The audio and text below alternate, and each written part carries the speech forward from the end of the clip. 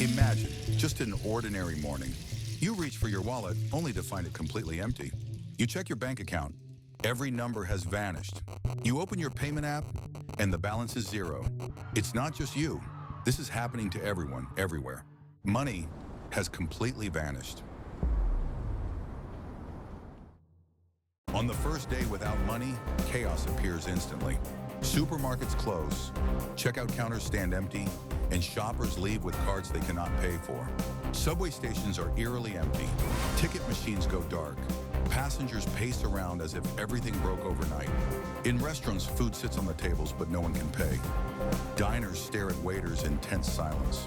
On the streets, anxious questions turn to fierce arguments. Arguments to waves of shouting.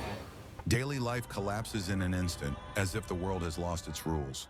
After money disappears, daily life stalls instantly, and the only option is to rediscover the art of exchange.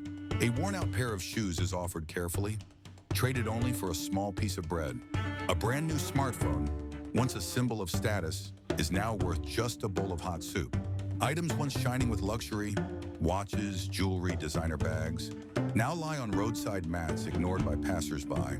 In contrast, the most ordinary food has become the real treasure everyone fights for. This first absurd barter confronts humanity with a harsh truth. Without money, the world keeps moving, but the rules are completely rewritten. Inside once gated mansions, all the luxury and splendor instantly lose their meaning after money disappears.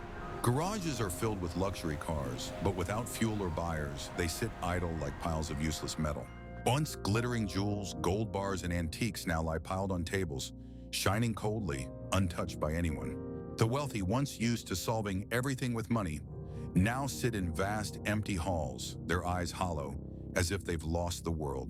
Meanwhile, on the street corners, ordinary people trade just a few eggs for enough food to survive another day. Wealth and poverty are erased in this moment, the rules of the world overturned, forcing humanity to face a brutal kind of equality.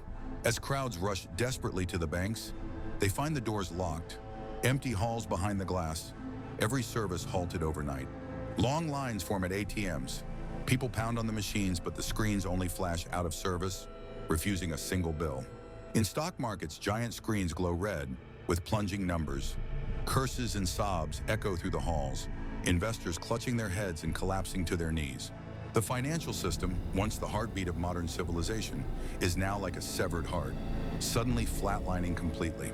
From banks to markets, from crowded streets to ordinary homes, everyone realizes, without money, the world is not just chaos, it is paralysis and despair. In that moment, the world becomes like a vast machine with its power cut. After one heavy groan, it falls into a deathly silence. Once money loses all value, street arguments quickly escalate into physical fights. Storefront windows shattered under the weight of desperation, and crowds rushed inside, tearing shelves apart for food and basic supplies. Police and security officers, once symbols of control, abandoned their posts, leaving the city without any visible authority or restraint. At night, chaos took on a darker form. Streets burned with firelight, voices rose like battle cries, and fear spread faster than the flames. People fought brutally not for luxury or wealth, but for bread, for fuel, even for a single bottle of clean water. Under violence and fear, the last fragile layer of social order collapsed, and civilization felt closer to ruin than ever before.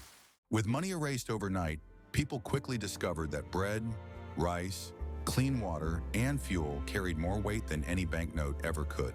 In makeshift markets, neighbors gathered with baskets of eggs or bottles of oil, treating them as the new units of value. A single loaf of bread might pay for an hour of labor, while a jug of water could secure a warm place to sleep. Gradually, these everyday goods became the foundation of a fragile economy, one measured not in numbers, but in hunger and survival.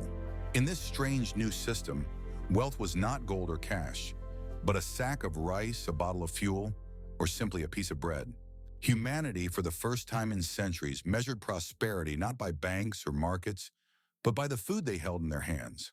Without money, society slipped back into the oldest system known to humanity: barter, the direct trade of goods and services. In ancient villages, a farmer might offer grain to a potter, receiving clay jars in return, both believing the exchange fair. Historians record that Mesopotamian societies traded livestock, grain, and metals long before the first coins were minted. In ancient Egypt, workers who built the pyramids were often paid not in coins, but in bread and beer rations. Similar practices existed in medieval Europe, where peasants exchanged wool, cheese, or labor for protection from feudal lords. Barter always carried one great problem: the double coincidence of wants. Both sides had to need exactly what the other offered.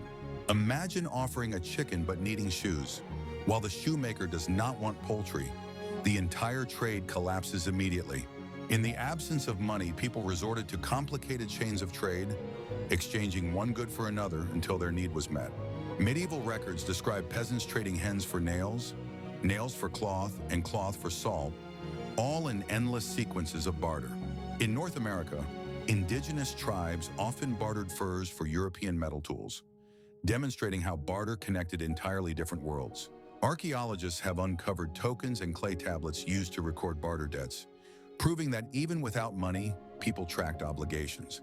Over time, these records evolved into the first proto-currencies, hinting at humanity's desperate need for something more stable than barter. In a moneyless world today, the same inefficiencies return, reminding us why civilizations created money in the first place. Barter may keep people alive, but it cannot build cities, fund armies, or support science, the very pillars of civilization. Returning fully to barter is not progress, but a collapse into the fragile beginnings of human society. After the shock of barter, people began asking a deeper question: what holds value when numbers and paper no longer matter? Skills returned to the center of life. A medic's hands, a mechanic's tools, a farmer's knowledge became priceless again. Communities created informal ledgers of trust, where reputation and reliability replaced official signatures, wax seals, and digital confirmations entirely. Time itself became a unit of account. An afternoon repairing a roof, exchanged for a week of food or safe shelter. Tools and spare parts formed a quiet treasury, because the power to fix, maintain, and rebuild multiplies everything else you own. Clean water stored safely became a reserve currency. Those who could purify it held leverage greater than any former banker ever. Energy mattered more than gold. A working generator, a solar array, or a barrel of fuel could anchor entire neighborhoods overnight.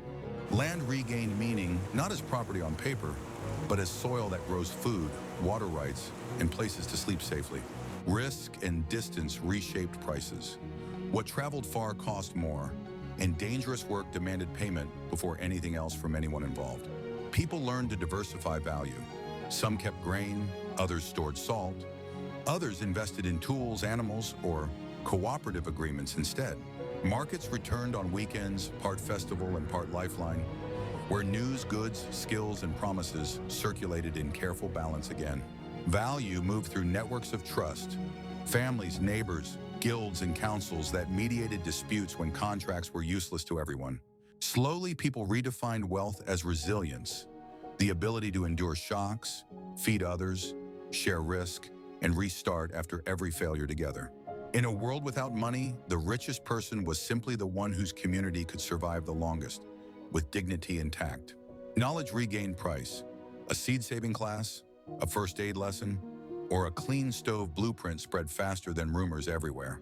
Eventually, provisional tokens and tallies reappeared, not as speculation, but as receipts of trust, redeemable in food, water, or work. Imagine a world stripped of its money, where every rule we trusted collapsed within days, leaving chaos and fragile barter behind. We saw wealth dissolve, banks crumble, violence erupt, and communities forced to rediscover survival through food, trust, and resilience. History reminded us that barter was never enough. Civilizations only grew when something larger than trade bound people together. Money itself was never the true power. It was the shared belief, the invisible trust, that turned paper and numbers into reality. If that belief vanishes, civilization trembles. But if it endures, even fragile societies can rebuild stronger than before. So ask yourself, in your world today, what truly holds value, and what would remain if the money disappeared tomorrow?